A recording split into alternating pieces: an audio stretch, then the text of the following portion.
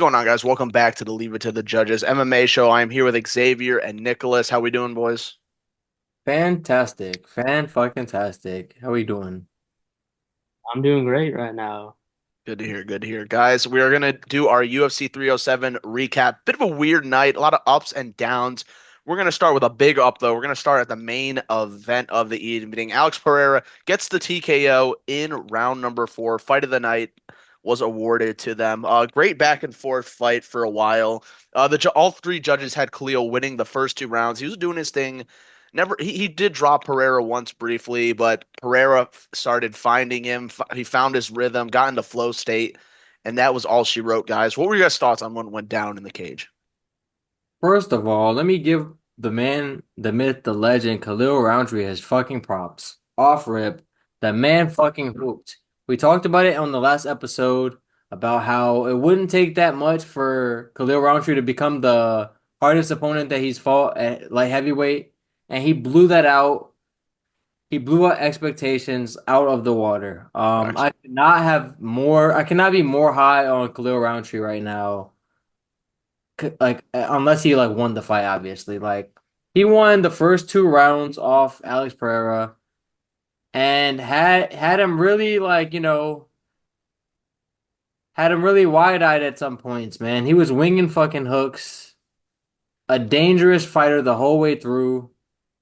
And I mean, even though Pereira systematically broke him down, he was in the fight until the end, until like maybe the last th 2 minutes of it, really. So yeah, I could not be more proud of him and the job that he did. On the flip side, shout out to fucking Alex, man. Champ doing what a champ does. You know what I'm saying? They're called championship rounds for a reason.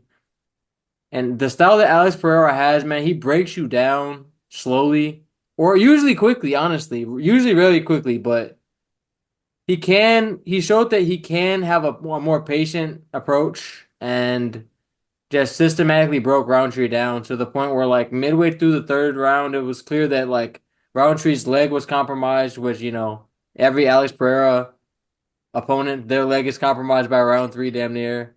But and then the jab to the fucking face, busted that nose up, busted that eye up. Like it got pretty nasty there by the end of it. But yeah, shout out to both of these guys, man. Yeah, this was a great fight. All the way around. Uh, I watched most of these on highlights, so it was pretty exciting to watch those highlights. Uh, I thought both fought well. Um, Roundtree definitely did better than expected, I think, by most people. So shout out to him. He fought well, fought hard. I don't know if they counted that as a knockdown or a They did slip. not. But that was a big moment for him in the fight. Looked good in that second round. First round was close. I feel like Bahia was like looking to take over the whole time. The way he started off with that leg kick, kept pressing it every round, then went to the jab and then the body shots. It was just a good performance all around from Shama. Yeah, I like how we got to see this fight go a little longer. The last couple fights have been so quick. It was nice to see Pereira, be able to, go as long as he did and still look that dangerous. And yeah, shout out to Khalil. He looked great. I think he has a bright future. He just solidified himself as a top five heavy or light heavyweight, even though he's ranked outside of it still, in my opinion. So next for Alex Pereira is obviously, I mean, it's Ankalaev, right? Unless he wants to fucking get a little crazy, man, and go up and fight Aspinall. I'd be for that as well. But That'd be I insane. mean, the obvious choice, I mean, he was talking about going down to fight DDP, but he said that because he's been training with Strickland, he doesn't want to get in Strickland's Yeah, way. I So like he, how he shut that down. so he's just gonna like, I Sounds would like, love I would love to see him go and murder fucking DDP. sounds like he's scared, honestly. I would love nothing more than to see him go and put that piece of shit down. But either way, Damn.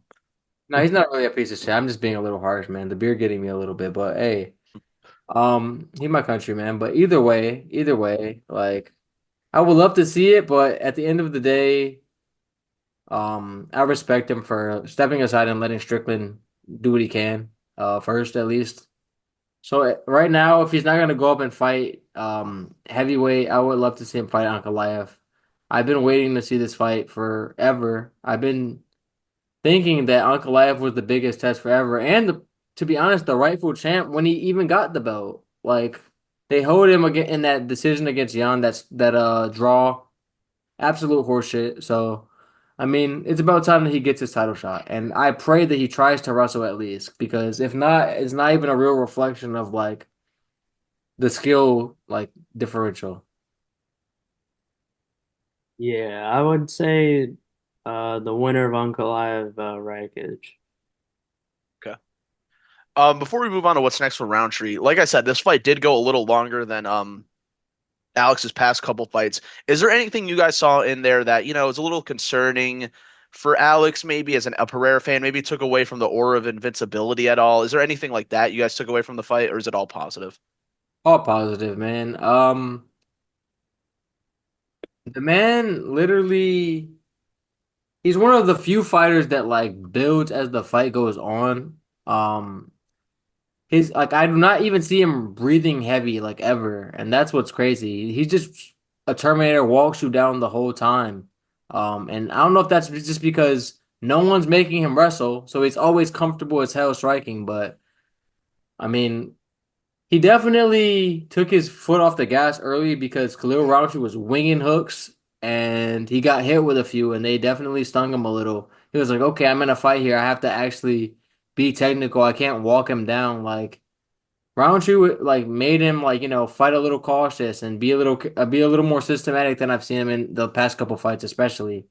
So, he fought at a more measured pace, I would say, even though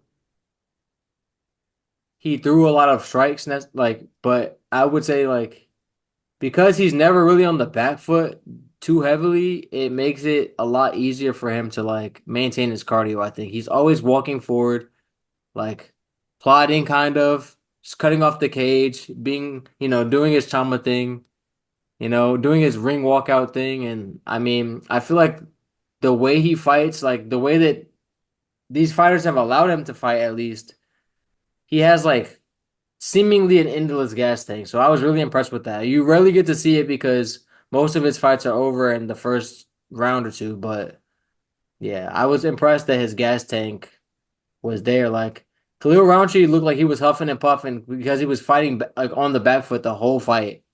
Um, which he always does, even against like Anthony Smith and shit. Like for no reason should you be on the back foot against Anthony Smith. So I knew that that was going to be a problem in this fight for him, but. Um, Yeah, I feel like I was most impressed or surprised with how consistent Alex's cardio like was. Yeah, definitely. Yeah, Cleo Roundtree, I think he had a perfect game plan. He went for it and he went for it right away. Kept trying to blitz him with those punches. He was clearly going for the knockout, which was probably the only way he was going to win this fight, but it was a costly strategy because going for all those blitzes and all those heavy strikes definitely tired him out, along with Alex just breaking him down. But shout out to Khalil. Let's talk about what's next for him. I'm going to offer you guys some names, but feel free to throw in some other ones. I think Khalil, after that loss, should either fight Jamal Hill or Jan Blachowicz. If you guys have any other names, let me know. Or we could talk about those names. Let me look at the The picture. Jamal Hill fight. You like the Uh, Jamal? That fight was scheduled and got canceled a couple months ago. So you want to just run that? You think, Clark? Yeah, I think stylistically that's a fun fight. That's a banger. How do you see that fight going? I would like to see that 5 rounds. I'd probably take Jamal Hill in that. I think I'd agree. I'd probably take Jamal Hill, but I'm a lot less confident than I was when the fight got announced initially. That's fast. That's a testament to Khalil Roundtree. I mean, he did 10 times better than Jamal did against Pereira. I personally would rather see Roundtree fight Ozdemir just because I Okay. think that Ozdemir is kind of, I don't want to say fraudulently holding up the sixth spot, but I think that at this current like stage, I hold Khalil Rountree in a higher regard than Ozdemir. As- Definitely. And I think that getting a little moment, like I don't, I feel like he probably loses the Jamal Hill fight, but I don't think that like two losses in a row is what he needs to be doing. I would rather see him go up and beat Ozdemir and just kind of like ease his way in, maybe then fight Jan and then see how the top of the division's playing out at that point. Just because I feel like he's not 100% developed. Um, and I think that he kind of got fast tracked to the title shot. And I think everyone kind of agrees with that. Like it was kind of weird the whole time. Like, why is the number 8 guy fighting for the title?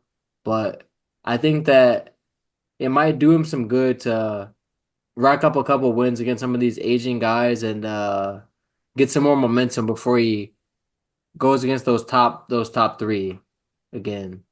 Okay. All right, though, guys. Anything else we want to touch on the main event? It was a fight of the night, man. It was a banger fight. What do you guys, is anything else you guys want to touch on? Chama, man. Shama. Chama. Let's get it going. Yeah, also shout out to Pereira carrying 2024, man. Three title defenses, three fights. Headlined UFC 300, saved UFC 303, and I mean saved this card for all we know. So shout out to Shama, year of the Shama. Let's move on. Something a little less exciting, but we're still going to talk about it, guys. We have the women's bantamweight title bout. Split decision victory for Juliana Pena. I guess they gave her 1, 2, and 3. I personally had Raquel Pennington winning this fight 1, 4, and 5. A pretty lackluster fight. Pena got close to finishing the fight twice with a head kick and a nasty knockdown, but Pena 2 and 3 did almost get a sub, had good control time. What are you guys' thoughts on what we saw in the cage Saturday night? Okay, this is gonna extend to the other women's bantamweight fight. This division has no striking without Amanda Nunes. That was very clear to me. They both look like shit on the feet. Absolute shit. Yeah. Juliana Pena boxes like this. It's actually insane. Um, Raquel Pennington, I thought she could be a little more risky on the feet, but she did get cracked a couple times coming in a little heavy. There was like that one that like she kind of just jumped into a right hook and it kind of like hey, it kind of stung her for a second there. But yeah, I right after the fight, like before the main event, I literally got on fucking Facebook, hit my good old buddy old pal Curtis Blades up, man, and asked him, "Hey Curtis, did I just see a robbery?" And this man was more critical than I would have assumed he would be. He goes, "Xavier, neither deserved to win that. It was an awful performance by both parties." And I What, mean, Curtis Blaze actually sent you that? straight He said up. that's I'm hilarious. That's I'm, sick. re I'm reading it That's live, bro. Like before the main event, like he was like neither deserved that win. It was an awful performance by both parties. And I mean, I cannot help. At first I was like, damn, like knee-jerk reaction, like damn, like as a fighter, I would expect you to be less supportive. less critical of these fighters, you know? But then when I thought about it, I was like, no, they actually both kind of look like shit in there. And it did not seem like a title fight to me. Like in terms of performance, like it didn't look like either one of them deserved to be in a title fight in general. And like Yeah. that's kind of crazy to say, but yeah, I was not impressed with either girl. Um, I did think that Pennington won 1, 4, and 5. I did bet on Pena, so I was hoping that Pena got round one, and so I would not say that round one is the obvious and Yeah, clear that's the like swing question. round. Yeah. At the end of the round, I saw the strike numbers having Pena up 19 to 16. And I was kind of like a little perplexed by that. I was like, oh, is that really what I saw? I don't know, but like I do think that like at least one punch by Pennington was like the definitive strike of the round, and for that reason I gave her the round just because it was pretty close, but like Yeah. I thought that Pennington won the round, but shout out Juliana Pena, man. This only the second two-time women's bantamweight champ in history, so that's a big feather in her cap. Um, she kind of flubbed the fucking post-fight call out. She could have really got this Kayla Harrison rivalry building and instead chose to beat a dead horse and go back to the Amanda trilogy that no one wants to fucking see.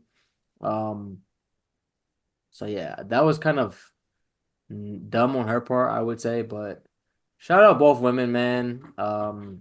They can't always be bangers. That these women are trying to win the fight, and you know, I will say Juliana Pena, once she got her on the ground, anytime Raquel Pennington closed distance, like me and Clark said on the preview pod, and why we picked Pena was just the fact that Raquel Pennington tends to clinch up. That's a big part of her game. And in this fight, she wasn't really utilizing the clinch as much. And the few times that they were in the clinch, the quick body lock takedowns by Juliana Pena made it very clear why like that was not the best move for her.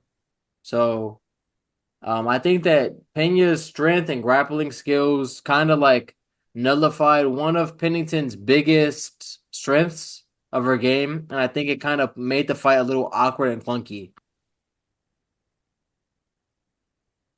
What do you say, you Clark? Uh, I gotta congratulate Kayla Harrison on the new belt. I mean, that's all I learned about this fight. Let me tell you, man. That was just sloppy all over the place. Both looked. I like the jab Pena was throwing out the whole time. That was decent. But besides that, just very bad striking, I will call it, or boxing, whatever she was doing out there. Whatever it was. And Raquel, I mean, she looked okay, but eh. I mean, she was getting taken down a lot in the beginning of the fight. She came back hard though, got the knockdown, was impressive in the later rounds for sure. It didn't, eh, like who won the first? Who really cares, to be honest? I mean, I mean, yeah. there's a new champion about to arrive. The fact Juliana Pena could barely beat Raquel Pennington, like, come on now. That's all I learned about that fight. But congrats to Pena. She can hang on to the belt for a little bit.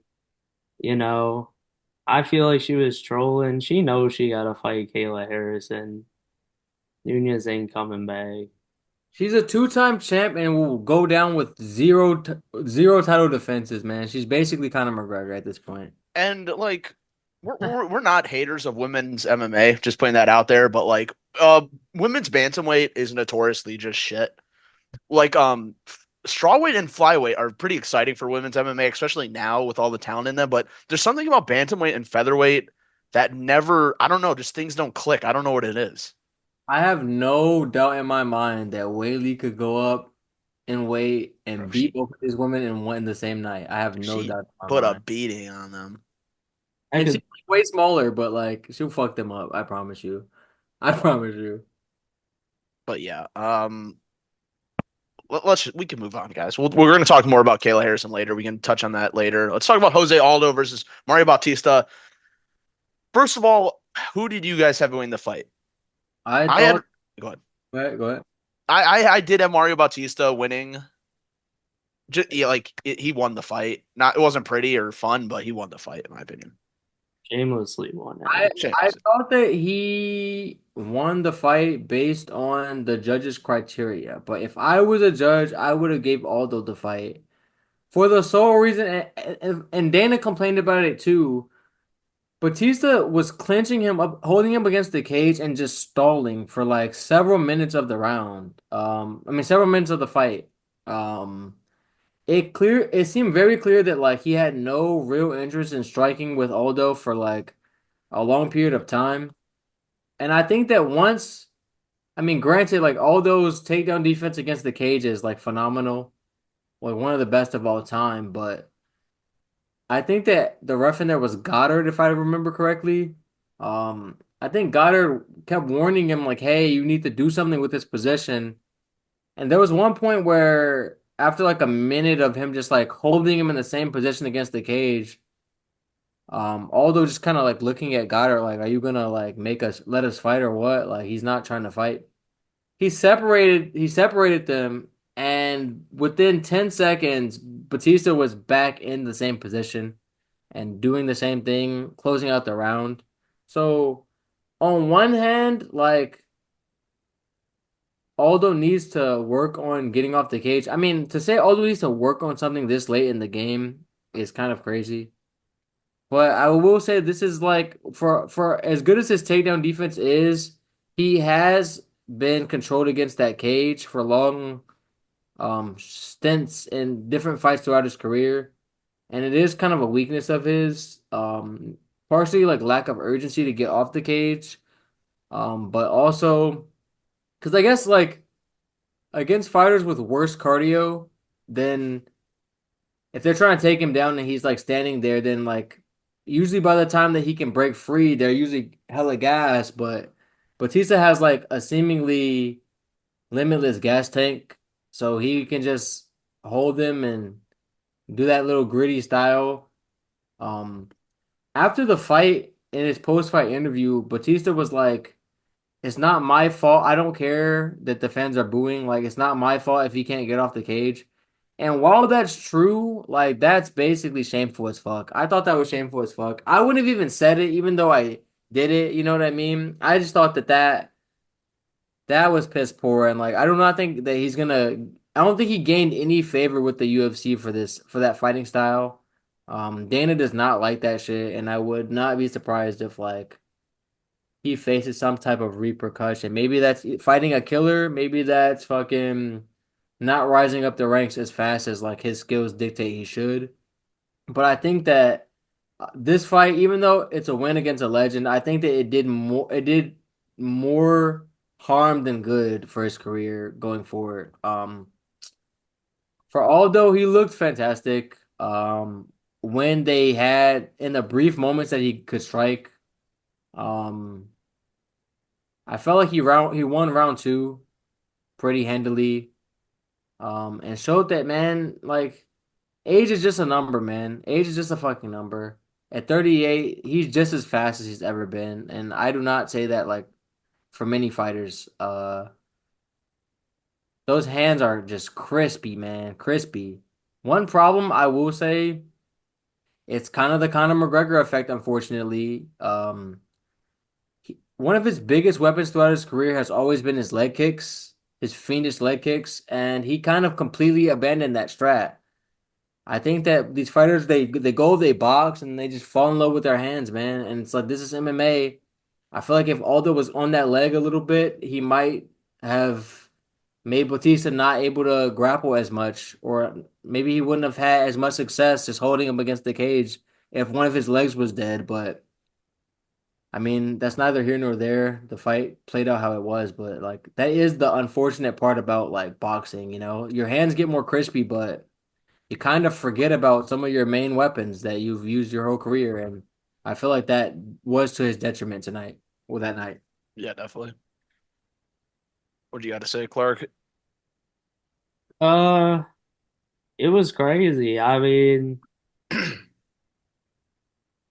it reminded me of Steve Herzog versus Alessandro Costa, where Herzog basically did the same thing and won the fight off that, kind of just grabbing against the cage. I feel like that's on the official to go in there and just break that up sooner. That's what I Especially would. if it's not like trying to like advance or anything. I mean, he was warning them, but like, Do something, man. Step in there.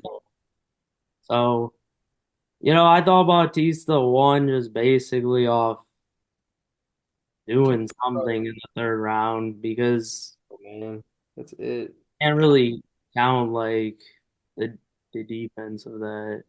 It should be, but definitely not in the rules, I think. I mean, yeah, It, he stuffed 10 takedowns. That's what I was gonna get on Clark. Like, does I mean, it literally doesn't, in according to the criteria, but does like does stuffing 10 takedowns mean nothing to the judges, guys? of course it does. I I mean, it I should. if I was fucking judging, I mean, I guess you can't like go against the criteria, but I think that the criteria needs to be like amended to like incorporate like effective offense, I guess. Yeah, effective Because grappling. like the way I look at it, like if someone keeps taking you down, it's because if someone keeps trying to take you down, it's because they don't want to be on the feet with you, right?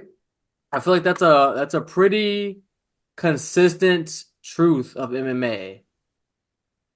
And if they are not having success with that, and they're not getting any offense, like granted, if Batista was holding him against the cage, couldn't get him down, but was fighting in the clinch, trying to do something, knees to the thigh even, like the bare minimum, like of trying to get some type of offense off, I might just like I'm usually not for the refs intervention on clinch positions and stuff like that. Because I like a grinder grappler type, as long as you're like actually trying to fight or trying to like advance your position, like if he kept trying to shoot the takedowns and Aldo kept stuffing it, great. Like I'm not gonna say separate him for that, but he was not shooting the takedown. He would shoot like maybe half an attempt just to push him against the cage and just hold him there. Yeah. And for me, the way I view fights, like I know control time is one of like the last criterias, but like there's a lot of fights where like one fighter holds the other against the cage for several minutes and like in the like maybe with 1 minute left in the round, the fighter will get off the cage and like land a couple of strikes. I will give them the round, bro. You did the more effective offense and like you actually were trying to fight. So I think that like I don't want to say the rules need to be amended, but like I just think that like that just needs to be addressed in some kind of way. Like I think maybe these judges need to just start to take that into consideration at least. All right, guys. So yeah, we kind of touched on it. Kind of a shameless dub for Mario Bautista. I think Song Yadong would be a great next fight for him. And for Jose Aldo, let's just act like he won the fight. Give him Henry Cejudo. I think those are two great matchups for them. So But Hudo, fantastic matchup. Similar age, it'd be a similar fun one. duration. So Hudo biggest strength is wrestling, but he doesn't like using it as much. Yeah. And even if he tries, like Aldo has the like damn near the best takedown defense in history. So that is a banger matchup, actually. I hadn't even thought about that. I would love to see that, It's a man. fun one. I would love to see that. That'd be a good one. I know everyone wants to see the Dominic Cruz Aldo fight, but I think Aldo would just put a nasty beating on Cruz. Like what we don't know what's up with Cruz, so Who needs to stay on the fucking desk and yeah, retire? it's over, bro. It's over, brother. Just I it's don't over. need I don't need to see him fight anymore. Like, Facts. It sucks, but yeah. Let's move on to this next fight. We're just gonna touch on it briefly. Kind of a it is what it is, man. Roman Dolidze beats Kevin Holland. Kevin Holland had a rib injury after the takedown. It's kind of like twisting and turning, and he like broke his rib. Had to stop the fight in between rounds. Anything you guys want to say about this fight or touch on?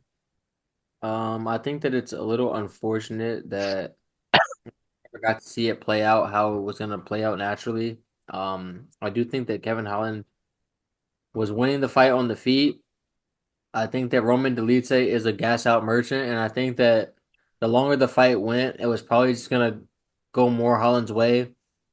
I think that Holland was on pace to win that fight had his rib not broken up, just because even though Dolidze got the top control, anytime Dolidze like is forced to work, I mean everyone kind of assumed, not everyone, but a lot of people kind of assumed that like if this fight hit the ground, Holland was fucked. I mean, we've seen him subbed a couple times.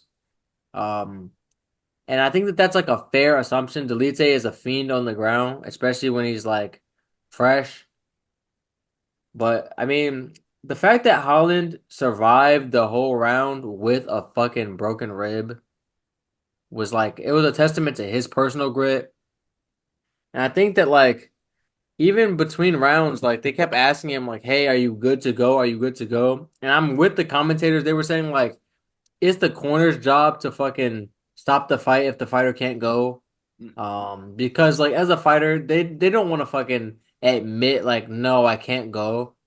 But I mean, you gotta protect your fighter. I mean, they kind of like they eventually made the call and did the right thing, but like I felt like I don't know. Like they were like asking him like, Kevin, can you go? And he was like, I want to go. Like he was like basically giving them in my mind like the signs of like I can't go, but like I'm not gonna say that, but like help me out here, you know? Like I'm Yeah. fucked. Like he's like, well, my rib's broken. Like, are we gonna? I hear like, what are we doing here? You know?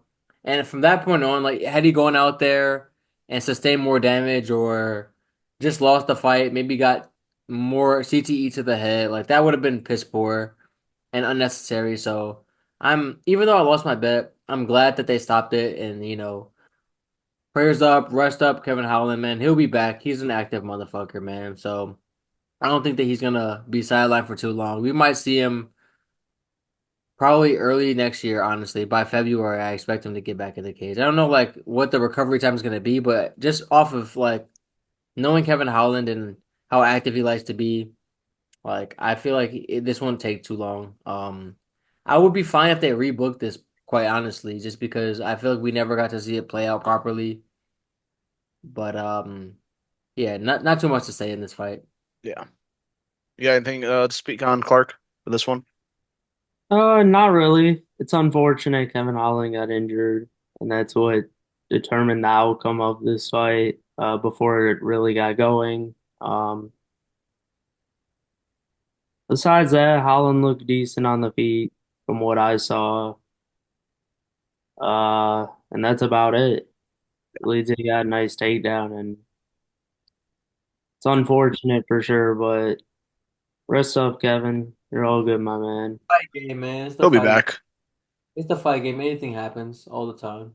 But yeah, all right, let's move on to the opener of the card. This ties into the co-main event. Kayla Harrison got a unanimous decision dub over Caitlin Vieira. Maybe not as dominant, didn't get the finish, which was kind of surprising. Not as dominant as a lot of people, I think, as we thought it would be, but she got the job done. What are your guys' thoughts on Kayla's performance? Quite frankly, I was not impressed. Um, I thought that she's never been the best striker. I thought that she showed that she's getting a little more comfortable on the feet. And I mean, if anything, that is the one positive I took away from this is like after seeing like how lackluster she looked on the feet and how lackluster like I was kind of like man like this is a real hole if she can't go to the ground. And then then the co-main happened and I was like, oh, she's fucking fine because she looked just as good on the feet as either of them did. Like, what the fuck are we doing at the top of this division? Like, Amanda was, I don't know, man. I thought that Harrison might beat Amanda Nunes.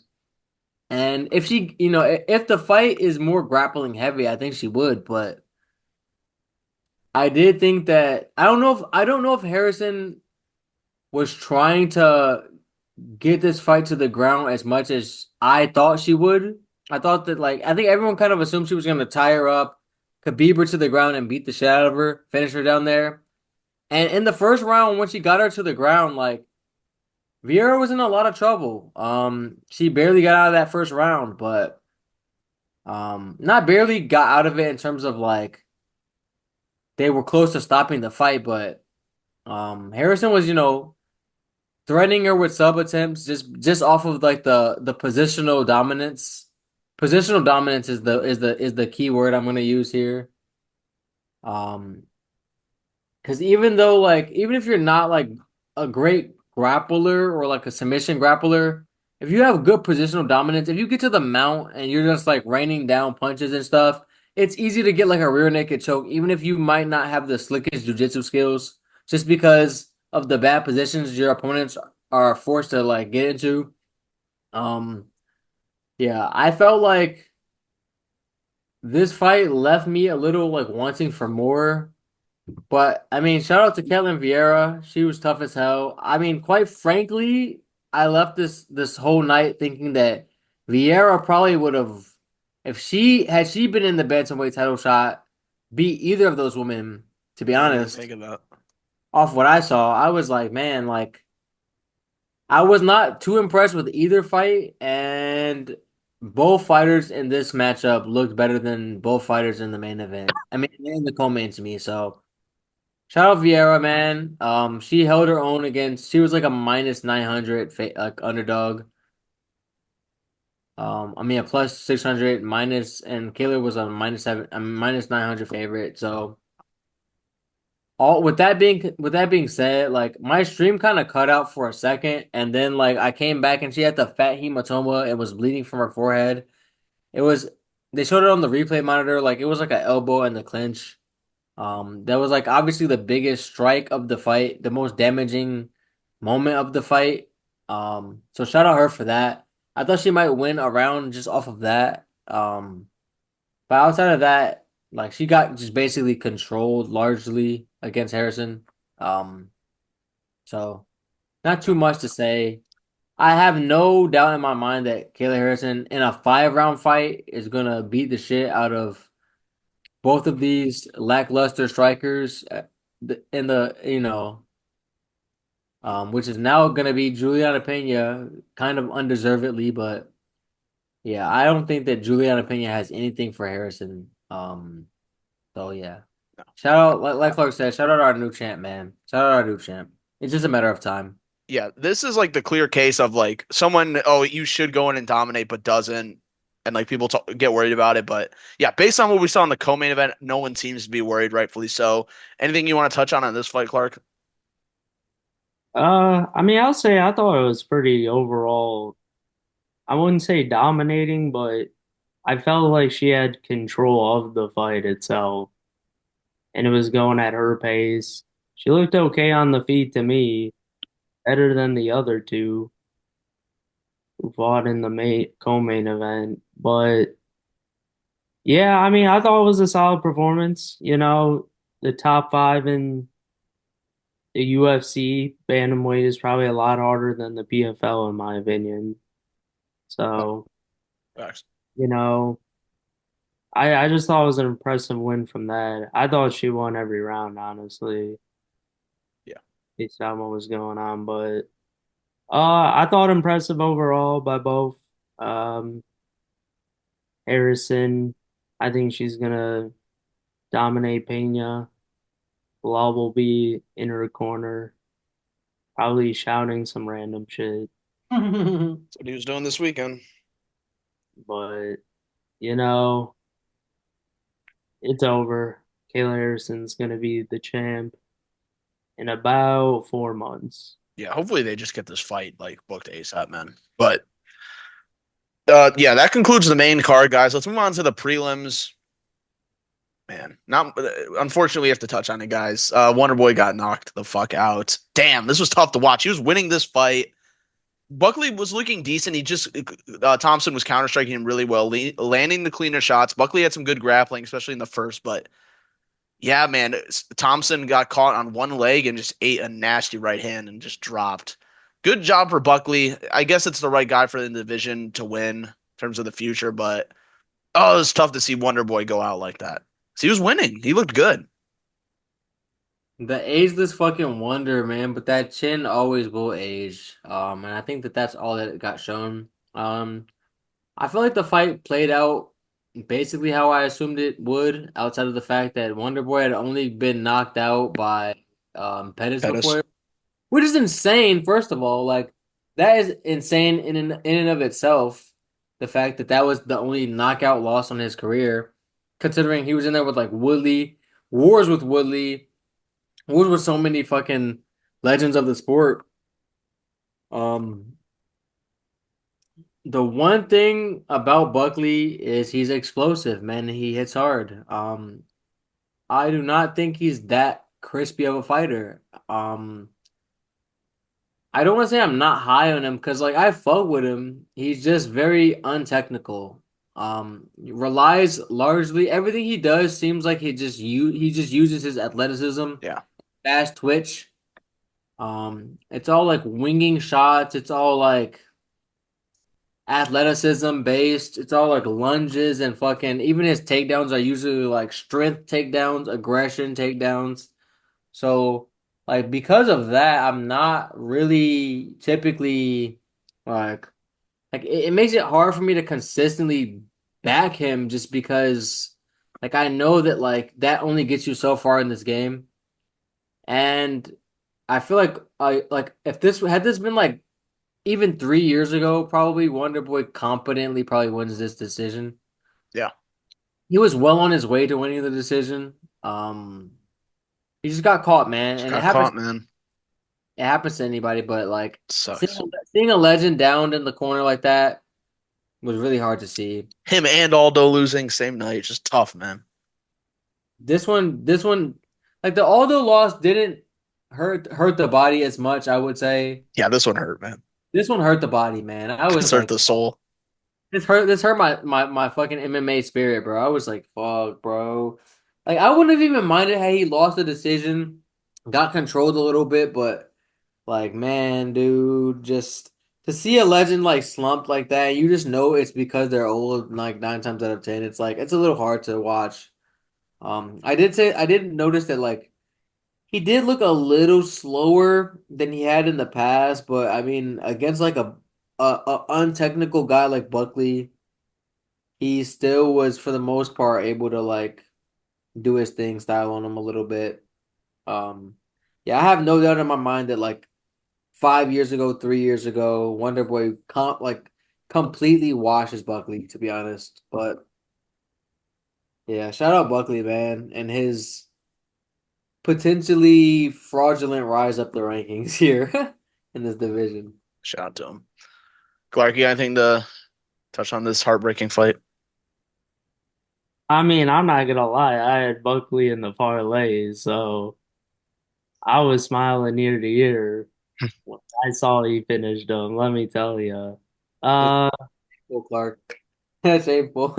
I'm Even if, just, even if you I'm have just, the parlay going, man, you gotta fucking You cheer got for the you gotta cheer for the decision, man. You can't like want a legend to get slumped, man. That's crazy. no, I'm just saying I was happy that he won the fight.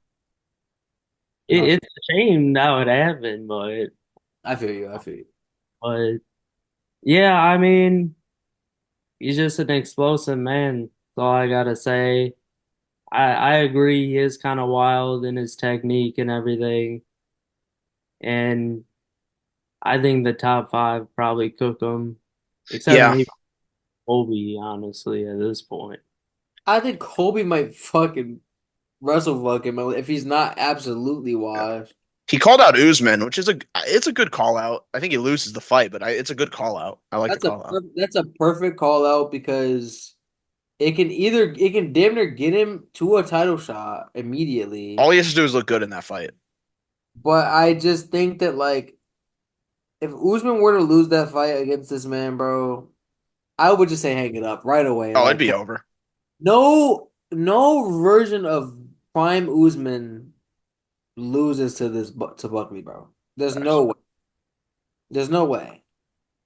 I don't know what's going on with his knees, but if he can wrestle at all, like I just think that Buckley just doesn't have shouldn't have shit for him. I feel like chinning him is the only way he would beat Usman, and like I don't want to see that either. Really, it's like I fuck with Buckley, but like I really would rather him get some technical skills to his game. I don't know how he keeps coasting on his athleticism, and I want someone to like put him down just to kind of like so he can know that what he's doing is not acceptable. You know what I mean? That's really like my thing because I fuck with him and I'm being kind of overly critical here, but it's because I just know that this is not gonna cut it, and I think that he could like potentially be one of those dark horse guys, but I just think that like you ain't beating the top of the division fighting like this, and Yeah. like. If he were to like like think about like Khalil Roundtree, man. Before he was Muay Thai Roundtree, he wasn't this crispy. Maybe fucking Buckley needs to become Muay Thai Buckley, and Go to he Tyler. might make a fucking. I swear, he might make a title run for real, like a real title run, but not this shameless legend killing tour he's on, bro. I'm not It's I'm tough. fucking with it, but I'm not fucking with it when you're knocking out my fucking OGs, man. Yeah. But yeah, shout out to him, man. Is But he anyways, oh god. is he ranked? I just want to know, is he ranked? Oh, he's definitely ranked. Let me see. Yeah, he's gonna be nine at least. That's not Nine. bad. I don't even see him beating Gilbert Burns, bro. Uh, Give him Gilbert Burns and let's see what's to him for real. yeah, kind of what Clark touched on. He is once it gets to the top of the division, he's not touching those guys. Like I'd pick Sean Brady, probably Colby, depending where he's at. I'd take JDM, Shavkat, Usman, Edwards, and Bilal, obviously. He was calling out Shavkat hella. I'm surprised he didn't call him out. So yeah, I think Burns, or if Gary doesn't fight soon, give him that. No, they wouldn't give him Gary, but give him Burns next. That's a good one. Burns is a great next litmus test for both guys. Or yeah, If Burns is washed, he can win that fight. But if Burns is he has anything left in the tank, like which I kind of tend to feel he still does have enough to beat a Buckley, especially if they start grappling at all. Um, no. yeah, I feel like that's what's next for him. If I was the matchmaker, and just let him build up slow, man, because clearly his skills are not ready for the top five. Yeah, definitely. But anyways, guys, thank you guys for watching this video. We've really been appreciated the support recently. Please check out the TikTok. We love the interactions, the comments. Keep commenting what you agree with and disagree with. Let us know if you have any ideas for videos in the future, and thank you for giving us your time of the day. See you in the next one. Peace.